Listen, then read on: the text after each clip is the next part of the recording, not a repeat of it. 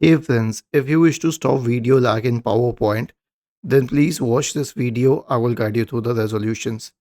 The first solution is to update Office. Now I'll tell you how to update Office.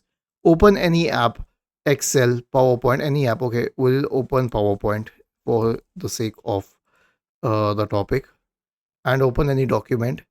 Click on File, select Options, click on Update Options, select Check Now. Okay.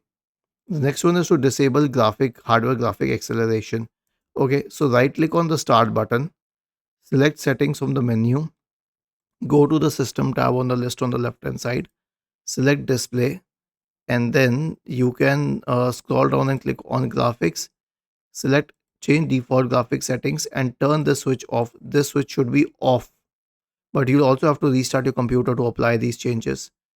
And then update your graphics card driver. How would you do that? Search for Device Manager in the Windows search bar and open Device Manager. Expand the list for display adapters. Right click and update the drivers. And lastly, perform a disk cleanup. Search for Disk Cleanup in the Windows search bar and open Disk Cleanup.